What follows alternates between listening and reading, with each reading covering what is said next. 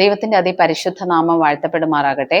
ഇന്നത്തെ ചിന്തയ്ക്കായി എടുത്തിരിക്കുന്ന വചനഭാഗം 1 രാജാക്കന്മാരുടെ പുസ്തകം 19 അധ്യായം അതിന്റെ 1 മുതലുള്ള ഭാഗങ്ങൾ.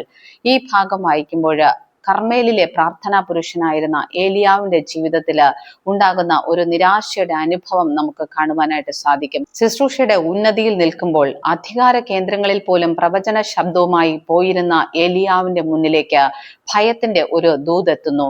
ജസബേലിന്റെ ഒരു ദൂതൻ കടന്നു വന്നിട്ട് ഏലിയാവിന്റെ ജീവൻ എടുക്കും എന്ന് ഭീഷണി മുഴക്കുന്നു. ഈ ഭീഷണിയിൽ ഏലിയാവ് ഭയപ്പെട്ടു പോകുന്നതായിട്ട് നമുക്ക് വചനം പഠിക്കുമ്പോൾ കാണുവാനായിട്ട് സാധിക്കും.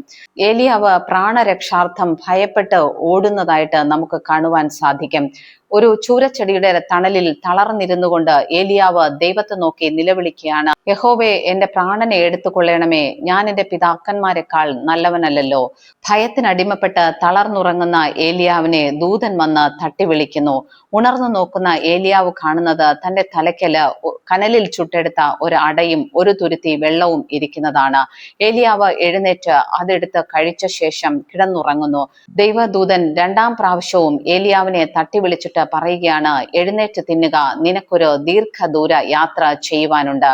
വിശ്വാസ ജീവിതത്തിൽ പതറിപ്പോയ അല്ലെങ്കിൽ ജീവിതത്തിലെ പ്രതിസന്ധികളിൽ തളർന്നു പോയി ചൂരച്ചെടിയുടെ തണലിൽ കിടന്നുറങ്ങുന്ന വിശ്വാസികളായ നമ്മളോട്, പിന്മാറ്റത്തിലായി പോയ നമ്മളോട് ദൈവത്തിന്റെ പരിശുദ്ധാത്മാവ് തട്ടി വിളിച്ചിട്ട് പറയുകയാണ്, എഴുന്നേൽക്കുക, നമുക്കും ഒരു ദീർഘദൂര യാത്ര ചെയ്യുവാനുണ്ട്.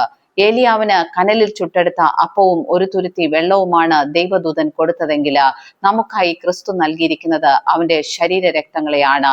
ആ ശരീര രക്തങ്ങളെ ഭക്ഷിച്ചുകൊണ്ട് ക്രിസ്തുവിനായിട്ട് ദീർഘദൂര യാത്ര ചെയ്യുവാനായിട്ട്, എഴുന്നേറ്റ് നിവർന്നു നിൽക്കുവാനായിട്ട്, എഴുന്നേറ്റ് തയ്യാറാകുവാനായിട്ട് ദൈവത്തിന്റെ പരിശുദ്ധാത്മാവ് നമ്മളോട് ആഹ്വാനം ചെയ്യുകയാണ്. ആ ഭക്ഷണം കഴിച്ച ശക്തിയിൽ ഏലിയാവ് മുന്നോട്ട് ഓടുവാനായിട്ട് തുടങ്ങി. 40 രാവും 40 പകലും ഓടിയ ഏലിയാവ് ദൈവത്തിന്റെ പർവ്വതമായ ഹോരേബിൽ എത്തുന്നതായിട്ട് നമുക്ക് കാണുവാനായിട്ട് സാധിക്കും. സാധാരണഗതിയിൽ ഒരു മനുഷ്യന് ഹോരേബോളം എത്തണമെങ്കിൽ 5-6 ദിവസം മതിയാകും. എന്നാൽ ഹൃദയത്തില് ഭയത്തിന്റെ ഭാരമുണ്ടായിരുന്ന ഏലിയാവ് അത്രയും ദൂരം നടക്കുവാനായിട്ട് 40 രാവും 40 പകലും എടുത്തതായിട്ട് വചനം പഠിക്കുമ്പോൾ നമുക്ക് മനസ്സിലാക്കുവാനായിട്ട് സാധിക്കും. ഹോരേബിലെത്തിയ ഏലിയാവ് അവിടെ ദൈവത്തിന്റെ പർവ്വതമായ ഹോരേബിലുണ്ടായിരുന്ന ഒരു ഗുഹയിൽ, ഒരു ഭയത്തിന്റെ ഗുഹയിൽ ഒളിച്ചിരിക്കുന്നതായിട്ട് നമുക്ക് കാണുവാനായിട്ട് സാധിക്കും. നമ്മുടെ ജീവിതവും പരിശോധിച്ചു നോക്കിയാൽ പലപ്പോഴും നമ്മൾ ദൈവ സാന്നിധ്യത്തിന്റെ തണലിലായിരിക്കും, പരിശുദ്ധാത്മാവിന്റെ അഭിഷേകത്തിലായിരിക്കും, ദൈവശബ്ദം കേൾക്കുന്നവരായിരിക്കും. എന്നാൽ ഈ സാന്നിധ്യത്തിലൊക്കെ ആയിരിക്കുമ്പോഴും പലപ്പോഴും ലോകത്തെ നോക്കി നമ്മൾ ഭയപ്പെട്ടു പോകും. ലോകത്തെ നോക്കി ഭയപ്പെടുന്നതിനാൽ ദൈവത്തെ അനുസരിക്കുവാനായിട്ട് നമുക്ക് ഭയമുണ്ടാകും.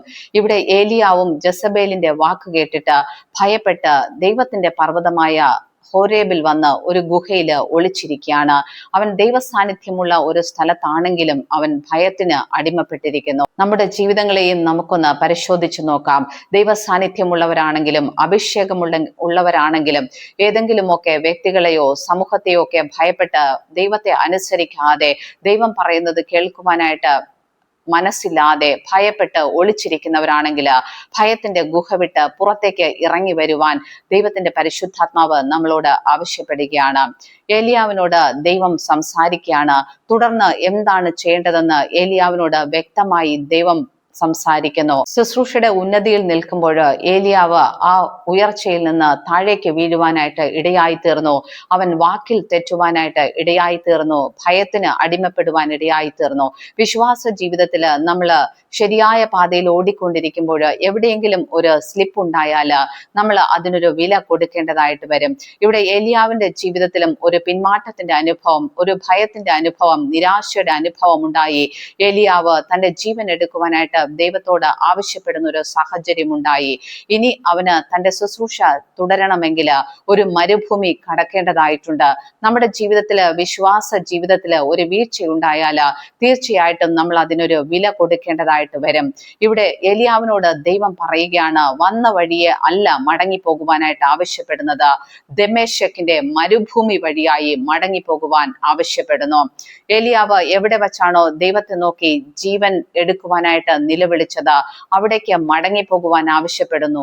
എന്നാൽ ആ സ്ഥലത്ത് എത്തുന്നതിന് ഒരു മരുഭൂമി അവന് കടക്കേണ്ടതായിട്ട് വരുന്നു. നമ്മളും വിശ്വാസ ജീവിതത്തിൽ ആയിരിക്കുമ്പോൾ ഏതെങ്കിലും സാഹചര്യത്തിൽ ഭയത്തിനടിമപ്പെട്ട് നിരാശയ്ക്ക് അടിമപ്പെട്ട് വാക്കിൽ തെറ്റിപ്പോയാൽ തീർച്ചയായിട്ടും നമുക്കും ഒരു മരുഭൂമി കടക്കേണ്ടതായിട്ട് വരും. അതിനൊരു വില കൊടുക്കേണ്ടതായിട്ട് വരും. ആ വില കൊടുത്താൽ മാത്രമേ നമുക്ക് യഥാസ്ഥാനപ്പെടുവാനും ദൈവത്തെ യഥാർത്ഥമായിട്ട് വീണ്ടും കണ്ടെത്തുവാനും സാധിക്കുകയുള്ളൂ എന്ന് ഈ ഭാഗം നമ്മെ പഠിപ്പിക്കുന്നു. മരുഭൂമിയുടെ അനുഭവം കടന്ന് മടങ്ങിച്ചെല്ലുന്ന ഏലിയാവ് ഹസായേലിനെ അരാമിന് രാജാവായിട്ട് അഭിഷേകം ചെയ്യുന്നു. യേഹുവിനെ ഇസ്രായേലിന് രാജാവായിട്ട് അഭിഷേകം ചെയ്യുന്നു.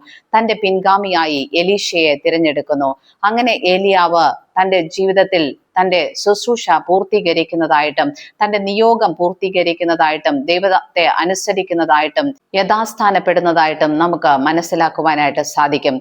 നമ്മുടെ ജീവിതത്തിൽ ഏതെങ്കിലും പ്രതിസന്ധിയുടെ അവസ്ഥയിൽ നമ്മൾ ആയിരിക്കുന്നെങ്കിൽ, വിശ്വാസ ജീവിതത്തിൽ പിന്മാറ്റത്തിലോ നിരാശയിലോ ഭയത്തിനോ അടിമപ്പെട്ട അവസ്ഥയിലായിരിക്കുന്നെങ്കിൽ ദൈവത്തിന്റെ പരിശുദ്ധാത്മാവിന്റെ വാക്ക് ശ്രദ്ധിക്കുക.